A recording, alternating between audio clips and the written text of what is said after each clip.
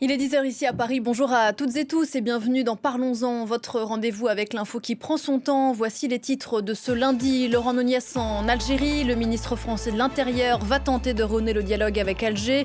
Pendant une visite de 2 jours au QTF, lutte contre le terrorisme, les sujets ne manquent pas. Les proches de Christophe Glaise, notre confrère, espèrent aussi que la discussion qui reprend pourrait permettre d'accélérer son éventuelle libération.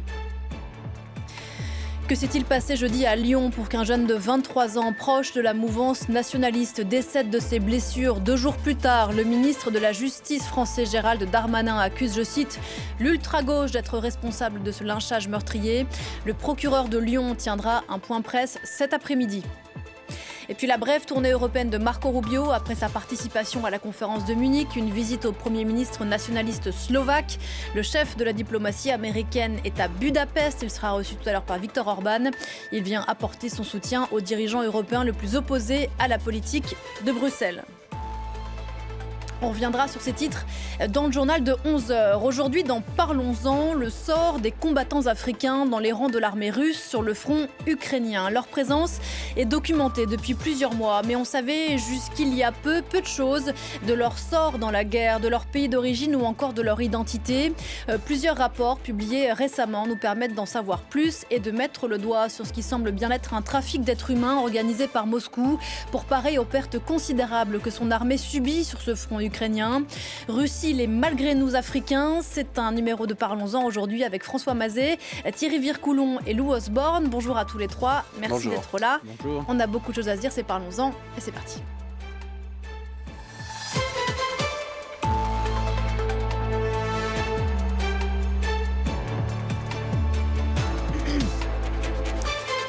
Bonjour François Mazet. Bonjour Pauline. Vous êtes ici chez vous, journaliste au service Afrique de RFI, bien connu bien sûr des auditeurs de la Radio Monde. Thierry Vircoulon, bonjour à vous. Bonjour. Chercheur associé à l'Observatoire de l'Afrique centrale et orientale à l'IFRI. Vous avez signé il y a quelques semaines un rapport intitulé « La politique russe de recrutement de combattants et d'ouvrières en Afrique subsaharienne ». Et avec nous, Lou Osborne, bonjour.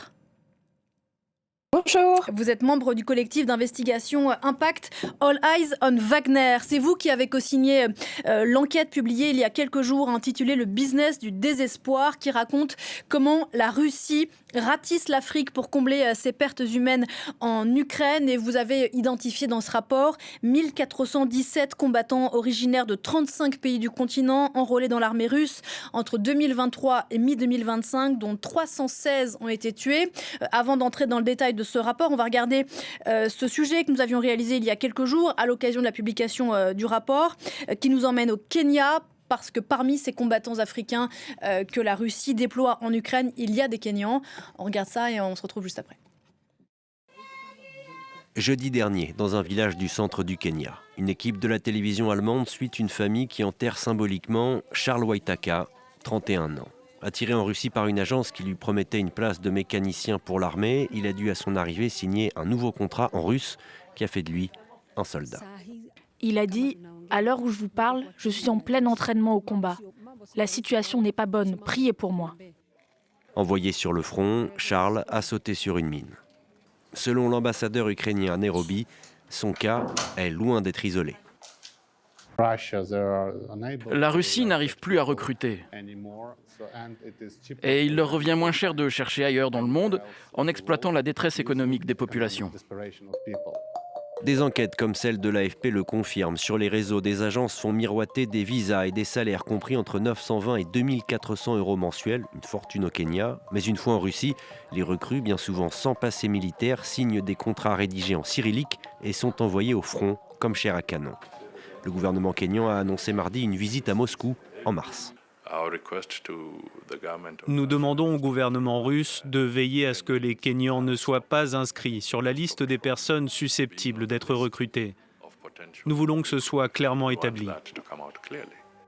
Une liste publiée dans le nouveau rapport du groupe d'investigation All Eyes on Wagner contient les noms de 1417 combattants originaires de 35 pays du continent enrôlés dans l'armée russe entre 2023 et mi-2025.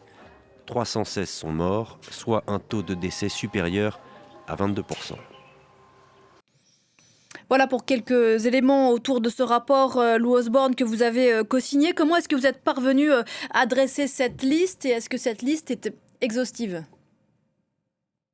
Alors, on pense que cette liste n'est pas du tout exhaustive, que c'est vraiment le minimum, puisqu'en fait, on a retrouvé d'autres noms de personnes décédées qui n'étaient pas sur les données qu'on avait. La manière dont on l'a rassemblée, c'est en fait, on a eu accès à plusieurs listes, et la plus complète venait d'une organisation qui s'appelle Ratchujit, Je veux vivre, qui invite à la reddition des soldats à ne pas rejoindre l'armée russe. Et du coup, fort de ces données, on les a vérifiées en essayant de retrouver les traces numériques des gens mentionnés sur cette liste, et on en a retrouvé suffisamment pour dire qu'elle est authentique, et on en a retrouvé beaucoup qui en fait avaient des traces numériques en Russie. On en voit même en habits de combat qui se prennent en photo.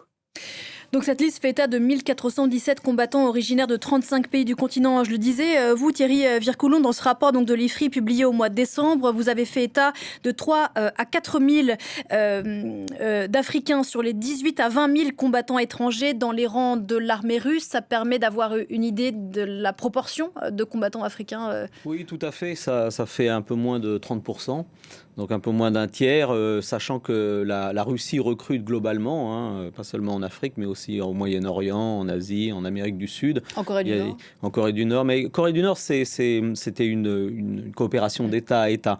Alors que là, on parle de recrutement individuel. Mais par exemple, vous avez aussi un contingent important de Cubains, par exemple.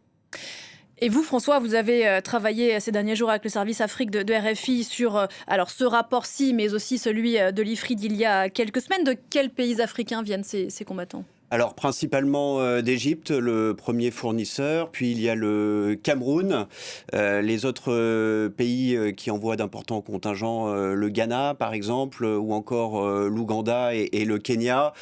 Les Camerounais qui forment aussi malheureusement arrivent premiers en termes de décès. Il y a 28% des Camerounais en tout cas dans la liste de Horizon Wagner qui sont morts au front. Donc voilà les pays d'origine principaux. Je pense qu'on va revenir sur les liens de ces pays avec la Russie et ce qui pousse aussi la propagande russe à cibler ces pays-là. C'est ce que disaient les deux rapports de Thierry et de Lou. C'est la situation politique, économique et sociale interne qui fait qu'il y a une main-d'œuvre sur lesquelles les Russes peuvent se baser, qu'il y a beaucoup de jeunes qui cherchent des débouchés, un moyen de changer de vie au péril de leur vie, qui sont attirés par des promesses importantes et qui sont prêts à s'embarquer pour la Russie, parfois en connaissance de cause, mais pas toujours. On va y revenir bien sûr. Lou, précisément, Lou Osborne, qui sont ces combattants qui viennent de pays très différents et pourquoi est-ce qu'ils se retrouvent sur ce front en Ukraine ? Alors, je pense que François a bien résumé la situation. C'est majoritairement... En fait, on voit un peu tout, c'est-à-dire qu'on a des gens qui appartiennent à ce qu'on appelle des catégories qui n'ont pas fait d'études supérieures, mais on retrouve aussi un certain nombre de ressortissants qui ont des bonnes qualifications. Certains sont même en Russie, étudient dans des universités avec un curriculum qui est assez célèbre pour les sciences, etc. Donc, en fait, ça touche un peu tout le monde. Et le point commun à tous ces gens-là, c'est vraiment la recherche d'opportunités, de débouchés à l'étranger, de meilleures conditions de vie, de meilleurs salaires. Donc, c'est vraiment ça, nous, qu'on a remarqué, qui attire en fait les gens. On a pu discuter avec certains d'entre eux, et vraiment une petite minorité avait... un état d'esprit plutôt avec des motivations idéologiques, mais ça c'est vraiment minime. C'est vraiment l'idée de quelles sont les opportunités qu'ils peuvent avoir. Et en fait, c'est renforcé par le fait que ces annonces publicisent des salaires mirobolants. Et d'ailleurs, c'est bien pour ça que le rapport s'appelle le business du désespoir. Thierry Vircoulon, l'essentiel de ces contingents sont des civils qui sont effectivement attirés, qui sont leurrés par ces promesses d'emploi avec des salaires élevés, mais il y a aussi d'autres carottes qui sont celles de visa ou encore d'obtention rapide de la nationalité russe. Oui, tout à fait. La réglementation russe, d'ailleurs, sur ce sujet a évolué et elle permet depuis l'année dernière, en effet, de donner la nationalité russe aux gens qui travailleraient pour le ministère de la Défense russe. Et donc, il y a vraiment une volonté officielle à Moscou d'attirer des étrangers pour justement combler son manque de personnel. Donc il y a le cas de ces civils, il y a le cas d'étudiants aussi qui sont déjà sur le sol russe, c'est ça ? Oui, tout à fait. En fait, le premier Africain qui a été officiellement reconnu comme tué sur le front russo-ukrainien, c'était en septembre 2022 et c'était un étudiant zambien. En fait, à cette époque, au début de la guerre, les autorités russes ont essayé de recruter, dans les milieux étrangers, dans les communautés étrangères qui vivaient en Russie, donc pour les Africains, des gens qui étaient étudiants, des gens qui travaillaient, ou même des gens qui étaient en prison. En fait, ils ont progressivement épuisé ce pool de recrutement, et c'est là qu'ils se sont tournés vers un recrutement à l'étranger directement. Donc il y a principalement des civils, François. Il y a aussi, je lisais dans tous vos rapports, des militaires qui quittent leur pays, qui désertent d'une certaine façon. Certaines offres, on voit clairement que ça s'adresse à des gens qui ont une expérience dans le domaine de la sécurité, donc des militaires actifs ou d'anciens militaires. Notamment, on sait qu'au Cameroun, il y a un certain nombre de militaires camerounais qui sont partis.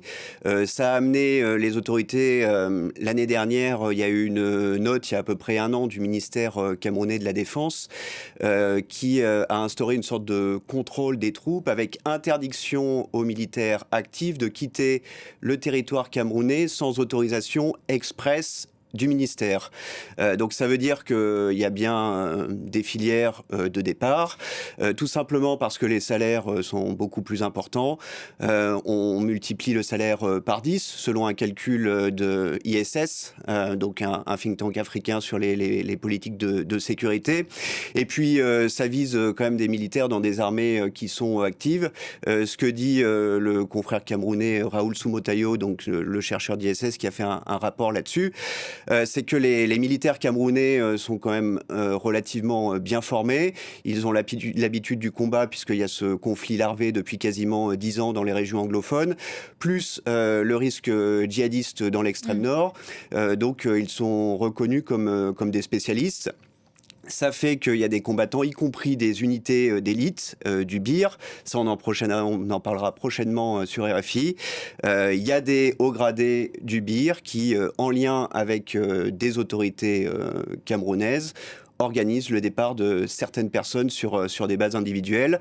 Et on voit aussi sur des vidéos qui ont tourné sur des réseaux sociaux que certains combattants étrangers qui sont en Ukraine ou en Russie chantent des chants militaires. On a vu des Ougandais notamment récemment. Il y a certains de ces militaires, pour le coup, ou en tout cas qui travaillent dans des domaines proches, qui partent et en connaissance de cause et avec une certaine accointance avec ce pourquoi ils vont se battre. Il y a l'attrait du salaire, ça c'est vraiment important. On vous propose $2 000, $3 000, c'est quand même des sommes incroyables. Et si vous allez sous les publications de RFI sur les réseaux sociaux, vous allez voir une avalanche de commentaires disant mais pour ce prix-là, moi je pars demain, ou faut comprendre, avec ce prix-là, on construit une maison. Donc ça c'est le cas des militaires, et pour les civils c'est la même chose. Les témoins qu'on a pu avoir depuis déjà un certain nombre de mois, c'est des gens souvent qui avaient un emploi subalterne, qui ont quitté des familles, qui ont laissé des enfants, parfois en connaissance de cause aussi, mais pas nécessairement. Mais c'est tout simplement l'attrait de pouvoir augmenter le niveau de vie de sa famille et les sortir d'une certaine forme de paupérisation. On reviendra sur une éventuelle dimension d'adhésion au projet russe en Ukraine. Lou Osborne, pour revenir aux civils qui se retrouvent sur ce front ukrainien, vous avez documenté donc qu'ils sont leurrés par des réseaux sur lesquels on va revenir dans un instant, sur ce qu'ils sont censés faire une fois arrivés en Russie.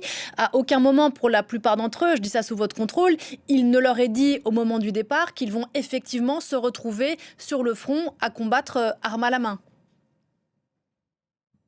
Alors, on a des cas d'annonce. Je prends le cas, par exemple, d'une agence de voyage au Nigeria qui a une communication très directe, c'est-à-dire qu'ils mettent en ligne rejoindre l'armée russe. Donc, il y a certaines personnes, certaines agences qui sont très directes sur ce qui va se passer une fois que les personnes arrivent en Russie.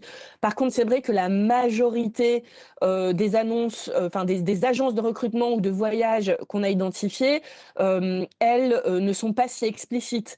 Ce qui est assez étonnant, c'est qu'elles promettent, par exemple, des temps d'obtention de visa qui sont un peu incroyables. Toute personne qui a essayé d'obtenir un visa pour la Russie sait que c'est quand même très difficile d'avoir un visa de long terme très vite. Donc, elle propose ça. Et a priori, de ce qu'on a entendu, les gens en fait sont mis au courant, mais vraiment au dernier moment. Certains vont même sur leur lieu de travail le premier jour et hop, après ils sont emmenés sur le front. François ? Oui, en ce moment, il y a des témoignages qui sortent assez fréquemment. On a vu beaucoup de Kenyans, là, comme dans le sujet. Encore ce matin, je lisais un témoignage d'un Nigérian qui expliquait qu'il avait été à Moscou sur la base d'une promesse d'emploi civil, qu'on lui a donné un formulaire en russe, qu'on lui a fait signer. Il ne savait absolument pas ce qui était écrit dessus. Donc les témoignages comme ça se multiplient. Et un point qu'il faut quand même soulever, c'est la question, est-ce que ces promesses financières, elles sont tenues ? Pas nécessairement, puisque des gens qui ont réussi à quitter la Russie, à retourner chez eux, disent qu'ils n'ont pas touché ce qu'on leur avait promis, ou seulement une petite partie. On sait qu'il y a des détournements, on sait que les gens qui font signer les contrats, ils gardent une partie sur eux.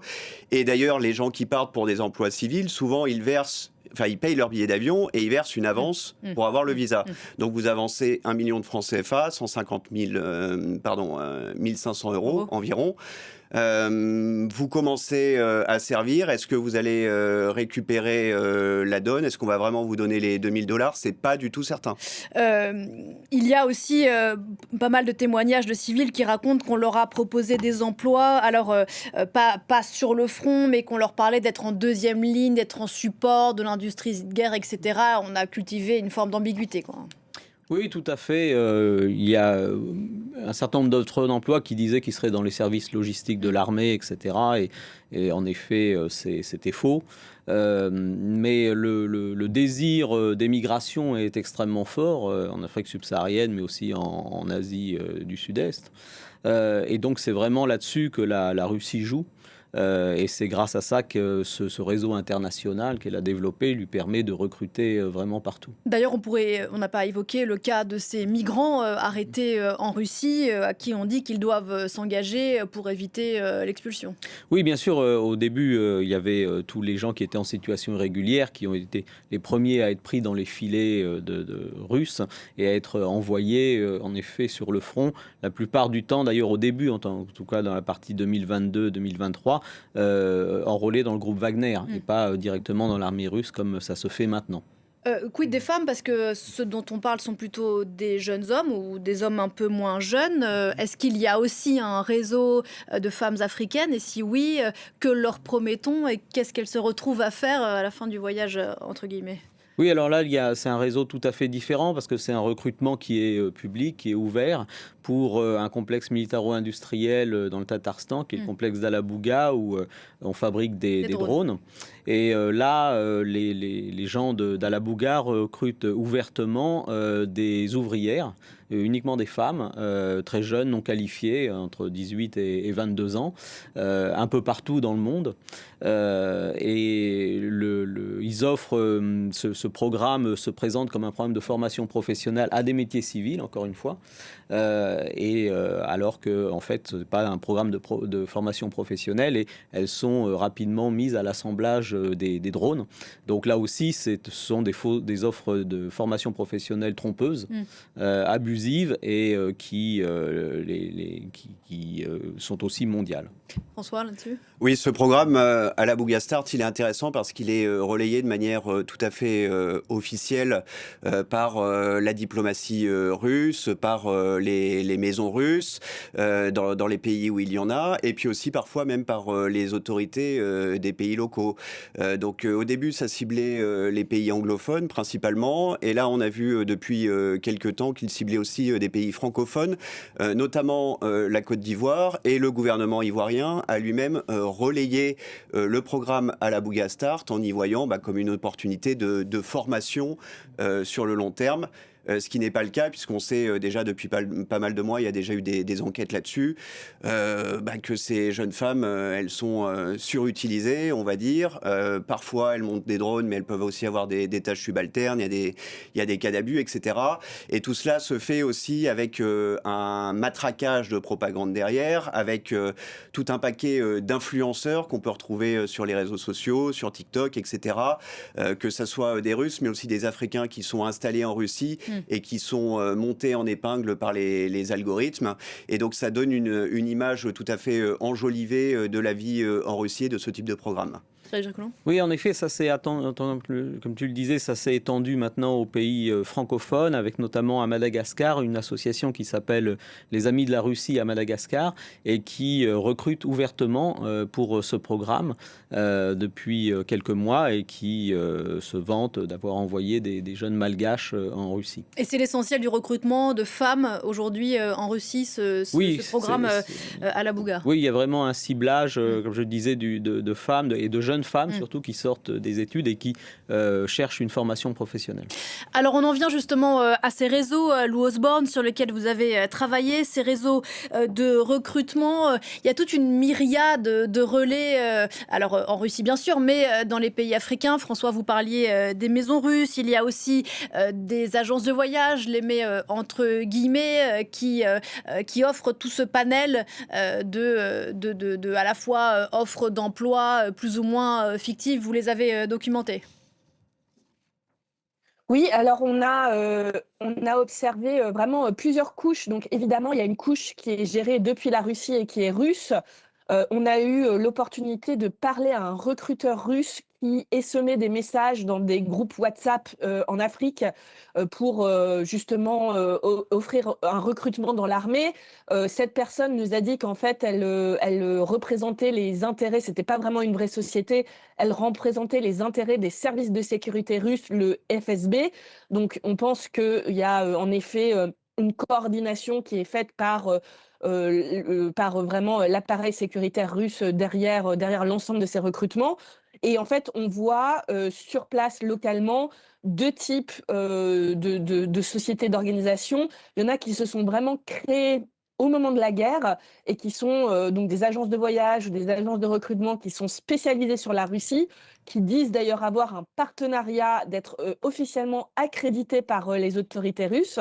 Et après, on voit l'utilisation de sociétés de recrutement ou de voyage qui sont bien établis, qui sont des vrais acteurs bien établis et de temps en temps qui font la promotion d'une offre en passant.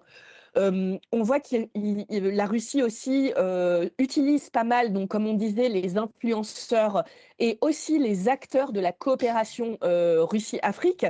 C'est notamment le cas, par exemple, pour Alabouga, où il se repose sur ces acteurs de terrain qui sont très très bien connectés.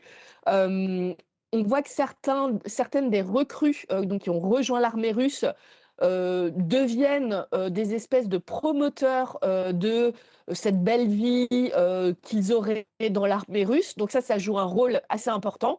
Et enfin, on a identifié qu'il y a aussi des filières d'immigration illégale qui passent notamment par la Biélorussie, qui sont aussi mobilisées pour acheminer du monde.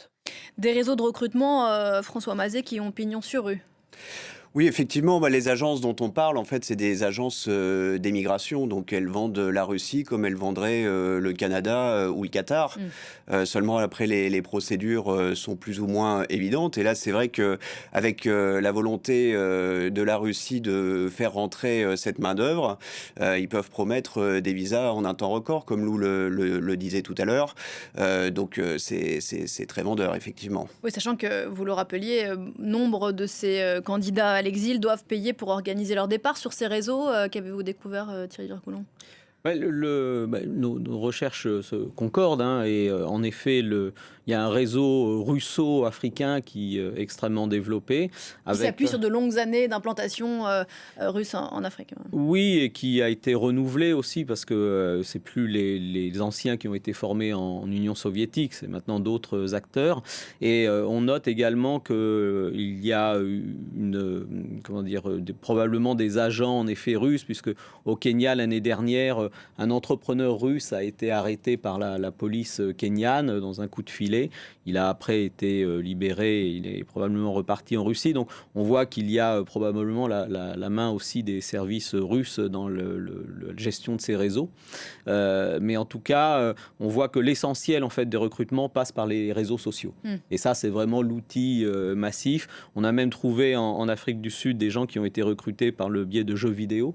Donc c'était vraiment très spécifique, mais les réseaux sociaux jouent un rôle fondamental dans cette politique de recrutement. Et en Afrique du Sud, on va y aller justement avec ce reportage de Caroline Dumay, reportage qui y a quelques semaines et qui faisait état de l'inculpation de plusieurs personnes jugées précisément pour avoir mis en place l'un de ces réseaux. Regardez.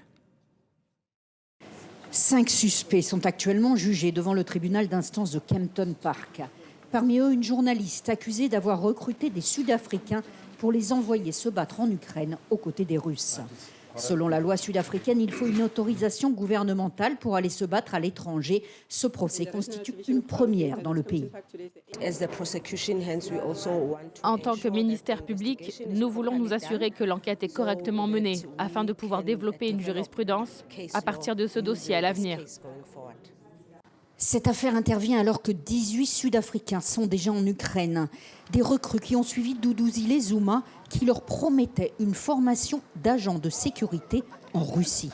La fille de l'ancien président milite ouvertement pour Moscou, mais elle nie avoir envoyé quiconque au front. Dans le groupe se trouvaient 2 jeunes cousins originaires du Botswana. Nous avons retrouvé le père de l'un d'entre eux. Je ne voulais pas que mon fils parte, mais on m'a assuré qu'il n'irait pas en zone de guerre. Il devait simplement aller à Moscou pour une formation, puis revenir. Ils m'ont appelé le 28 août me disant qu'ils ont été forcés d'aller en zone de guerre. On était impuissants ici car nous n'avions pas de contact direct avec les gens qui géraient ces garçons.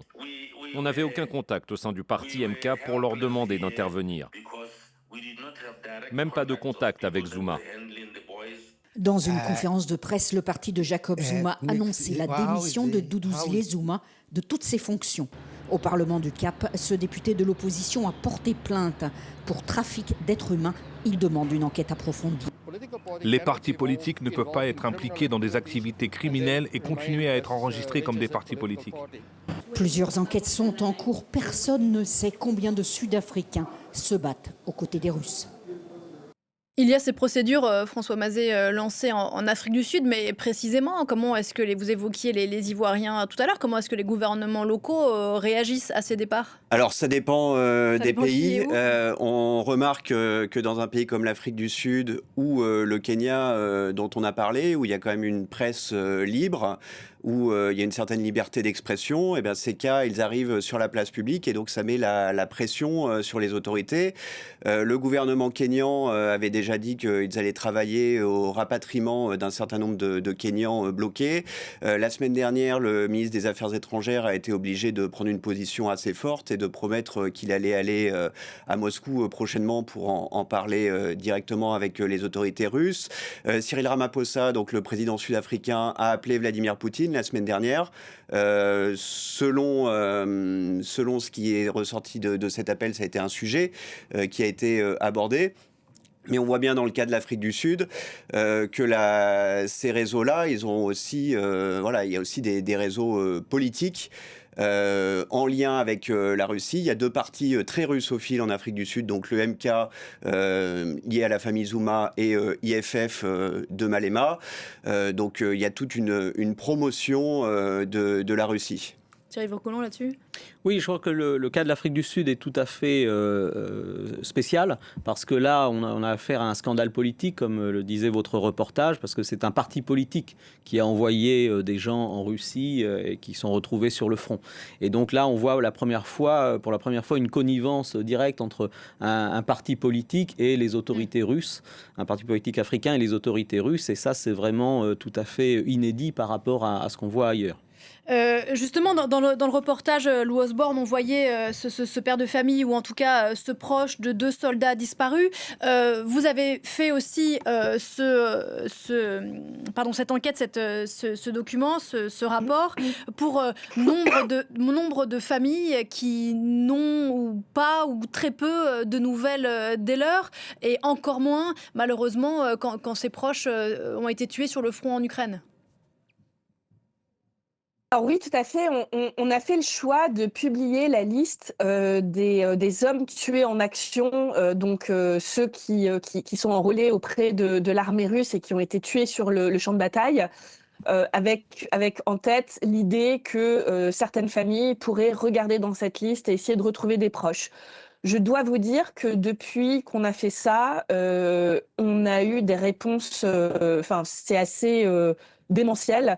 On a tous les jours au moins 5-6 emails de familles qui nous contactent en nous demandant si on a plus de détails sur la mort de leurs proches, comment récupérer les corps parce qu'ils n'ont aucune information, et qui solliciter pour avoir plus d'informations. On a aujourd'hui des familles aussi qui essayent de se coaliser.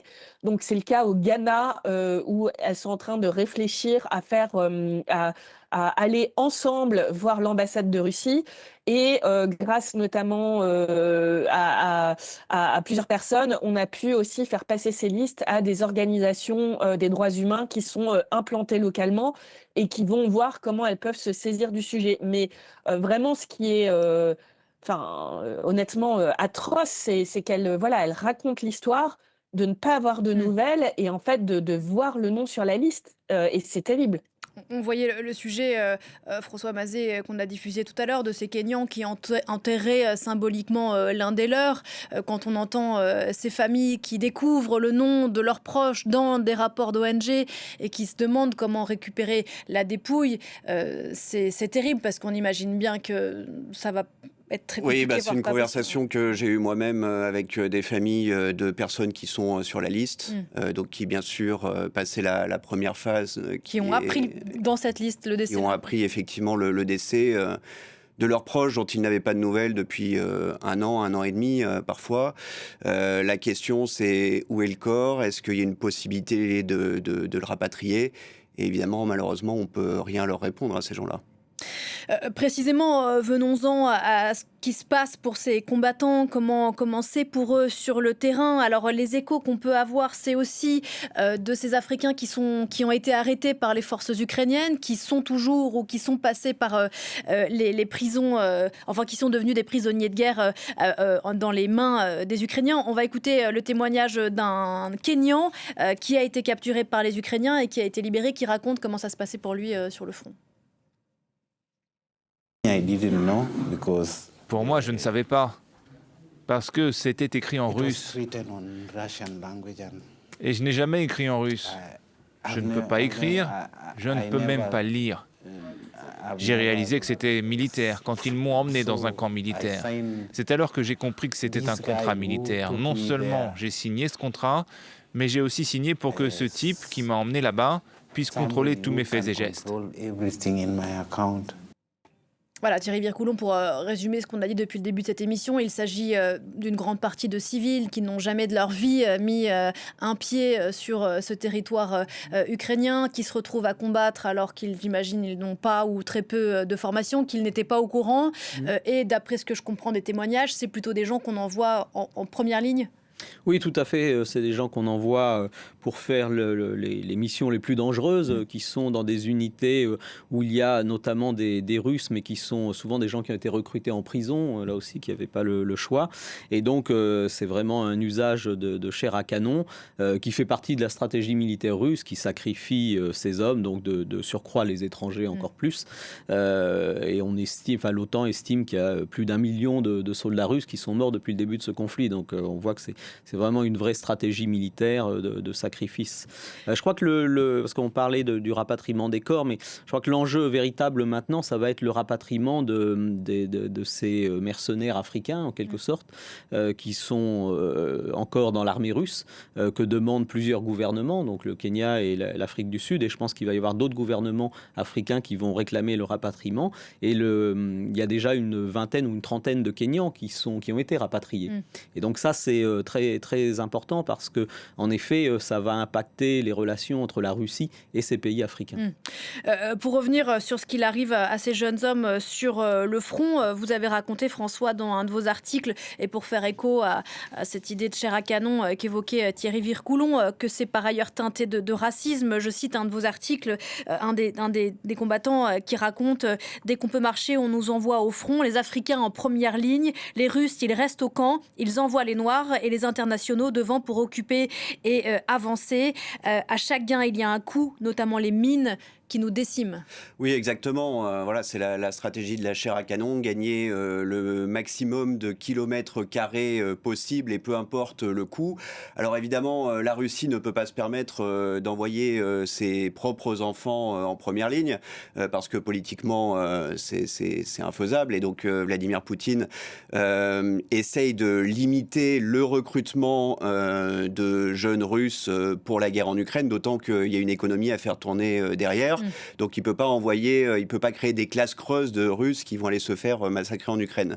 Même si on sait que le coût pour les Russes a été le très coût fort. est élevé aussi pour les Russes, mais l'idée d'envoyer vraiment en toute première ligne sauter sur les mines ou se prendre des drones sur la tête des Africains ou des Asiatiques a fait son chemin. Les Ukrainiens jouent de ça aussi puisqu'ils diffusent des vidéos. On voit des vidéos, par exemple, quand le drone va frapper, l'image s'arrête à la dernière seconde et on voit que c'est des Africains sur qui le drone va s'abattre. Et ces vidéos, elles sont diffusées massivement sur les réseaux sociaux. Il y a aussi eu une vidéo qui a beaucoup tourné au mois de janvier. C'est celle d'un jeune Kényan qui est harnaché avec une mine anti-char. Il est avec son unité dans un bunker ukrainien et on entend des Russes qui l'insultent et qui disent aujourd'hui, c'est toi, tu es l'ouvre-boîte. Donc ils le font passer devant avec à la pointe du fusil. Et voilà, s'il doit sauter, c'est lui qui saute, quoi. Cette vidéo dont parle François Mazet, Lou Osborne, elle est insoutenable. Et cette expression, effectivement, employée à son égard d'ouvre-boîte en lui ayant harnaché une mine. Ces témoignages de maltraitance, d'humiliation, de racisme, vous les avez documentés aussi? Alors, c'est malheureusement, j'ai envie de dire, assez courant et on ne le voit pas uniquement dans le cadre du recrutement. Quand on suit attentivement, par exemple, la communication qui est faite par les chaînes Telegram qui discutent des activités du groupe Wagner en Afrique, ce type de vocabulaire est très, très, très souvent réutilisé. Donc, c'est quelque chose qui est quand même assez courant en lien avec la perception que peuvent avoir les soldats russes au sens très large des ressortissants du continent africain. Donc il n'y a pas que. Et d'ailleurs, c'est ça qui est en fait assez horrible. C'est-à-dire que dans les leviers qu'ils utilisent, on a aussi vu qu'ils essayent de donner l'impression que la Russie est un espèce d'Eldorado. Alors dans lequel ils auront des super opportunités de travail et d'amélioration de leurs conditions de vie, mais aussi où ils vont être un peu très valorisés, rencontrer, avoir des voitures, avoir des femmes, etc. Enfin, il y a vraiment, ils essayent de peindre une espèce d'image de la Russie comme ça. Et ça contraste fortement avec la réalité où une fois qu'ils sont intégrés dans l'armée russe, c'est un monde ultra violent et très raciste. Thierry Vircolon, là-dessus. Oui, la société russe est très raciste. L'armée russe est très violente, y compris contre ses propres soldats. Donc il est tout à fait logique et pas surprenant qu'elle le soit à l'égard des mercenaires étrangers. Et donc c'est une certaine façon de faire la guerre qui caractérise l'armée russe, malheureusement, depuis le début de ce conflit. François ? Oui, il y a cette image de la Russie qu'on voit bien, on vient de le voir à l'écran. Donc ces jeunes hommes qui servent un peu d'entremetteurs, d'agents d'image pour la Russie.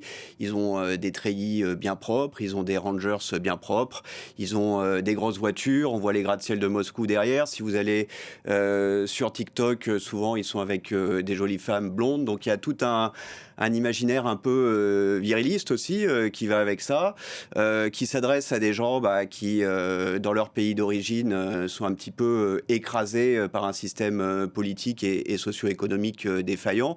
Donc il y a une valorisation de ça. Et puis les Russes jouent aussi un petit peu de la différence avec l'Occident. Parce qu'aujourd'hui, évidemment, si vous demandez ce que Lou expliquait très bien sur RFI la semaine dernière, si vous demandez un visa aujourd'hui pour venir en Europe, bon courage. Alors que là, en Russie, on vous dit vous allez l'avoir sans aucun problème et on va vous accueillir comme des frères, comme à l'époque de l'Union soviétique, contrairement à l'Occident où vous avez entendu tous ces discours racistes et xénophobes qui monopolisent l'espace public. Bon, la réalité étant celle que vous avez décrite, loin de la skyline, le Donbass ne ressemble pas vraiment à ce qu'on leur vend. Vous évoquiez tout à l'heure ces Kenyans qui sont retournés, quelques dizaines de Kenyans qui sont rentrés au Kenya. Est-ce que ce sont des Kenyans qui avaient été arrêtés par les Ukrainiens et qui ont été remis ou Non, ce sont des Kenyans qui ont été remis par la Russie, qui étaient dans les rangs de l'armée russe et qui, suite aux demandes du gouvernement kényan, ont été renvoyés, ce qui est une première. Et on va voir si ça va être le cas aussi pour les Sud-Africains que réclame Cyril Ramaphosa. Et est-ce qu'on sait ce que deviennent ces mercenaires africains qui sont arrêtés par les Ukrainiens ? Ils sont en prison au même titre que d'autres prisonniers de guerre ? Ce sont des prisonniers de guerre comme les Russes. La différence, c'est évidemment que Moscou ne va pas demander à les échanger, puisqu'il y a des échanges entre prisonniers de guerre russes et ukrainiens. On revient à la valeur de... Voilà, et par conséquent, les Ukrainiens, à partir du moment où ils n'ont pas commis de crimes de guerre, les autorités ukrainiennes sont tout à fait ouvertes à ce qu'ils soient rapatriés dans leur pays. Mais pour ça, il faut que les gouvernements concernés en fassent la demande. Et donc, en effet, leur situation va dépendre uniquement de la volonté de leur gouvernement de les rapatrier. Et là, ça peut durer longtemps. Et en attendant, en tout cas, ils servent à la contre-propagande ukrainienne, puisqu'on a vu ce Kenyan-là. Ça fait à peu près 1 an et demi qu'on y a régulièrement des vidéos de prisonniers de guerre africains. Sierra Leone, Somalie, Nigeria, Égypte, qui sont relayés massivement sur les réseaux sociaux. Donc il y a vraiment ce conflit informationnel qui se déroule aussi autour de leur cas, puisque c'est l'image de la Russie à l'international que l'Ukraine doit aussi combattre. Alors on évoque précisément, Lou Osborne, ces combattants étrangers au sein de cette armée russe. Quid de l'Ukraine ? Est-ce que l'Ukraine a aussi dans ses rangs des combattants étrangers ? Et est-ce qu'on est certain à ce stade que tous, s'ils y sont, ils sont en connaissance de cause ? Je ne sais pas si vous avez travaillé là-dessus aussi. Non, on n'a pas travaillé là-dessus. Par contre, évidemment, l'Ukraine a aussi des combattants étrangers. Je ne sais pas si vous vous rappelez, au début de la guerre, assez rapidement en 2022, le gouvernement ukrainien avait mis en place via ses ambassades des espèces de bureaux de recrutement dans lesquels les gens pouvaient signer pour rejoindre l'armée. Et d'ailleurs leur donner un statut de soldat de l'armée ukrainienne très rapidement pour pas qu'il y ait de discussion autour du mercenariat. Maintenant, on n'a pas travaillé là-dessus, donc je peux pas vraiment m'exprimer. Thierry, François, là-dessus, sur la présence d'éventuels combattants africains dans les rangs de l'armée ukrainienne ? À ma connaissance, je n'en ai pas vu. La Légion internationale pour la défense de l'Ukraine, qui a été créée au début du conflit, semble très différente de ce qui se passe du côté russe, parce que ça a attiré essentiellement des Occidentaux, mais pas seulement, enfin aussi des gens d'Amérique du Sud, etc. Mais très souvent des gens qui avaient déjà une expérience militaire, donc qui sont venus un peu comme des mercenaires, en quelque sorte, et donc des professionnels de la guerre, plutôt que c'est pas un recrutement ouvert à des gens qui n'avaient aucune connaissance des armes et dont on avait simplement besoin en tant que chair à canon, mais ça ciblait plutôt des professionnels de la guerre. Dans quelques jours, on aura le reportage de Luc Verkrag, notre correspondant en Ukraine, qui rentre de Colombie justement. Il a rencontré des Colombiens et leurs familles qui se sont engagés sur le front ukrainien. Est-ce que le rythme, pour revenir au contingent africain dans l'armée russe, est-ce que le rythme des recrutements va augmentant? Et si oui, qu'est-ce que ça dit, François ? Alors, de ce qu'on sait grâce aux travaux de Thierry et de Lou, il y a eu une augmentation effectivement au fur et à mesure, au fil des mois, en raison de l'épuisement des ressources propres de la Russie. Donc, sur 2024-2025, il y a eu beaucoup plus de recrutement.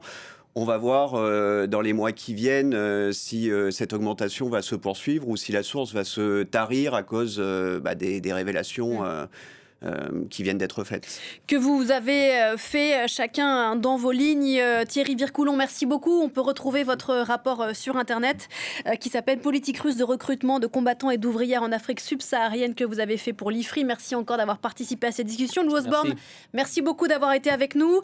Ce business du désespoir, là encore, c'est à retrouver sur Internet. Et puis François, les articles, les enquêtes du service Afrique de RFI, bien sûr, sur le site de la Radio Monde et sur les ondes. Merci encore à tous les trois. Une émission à revoir en replay, réécouter en podcast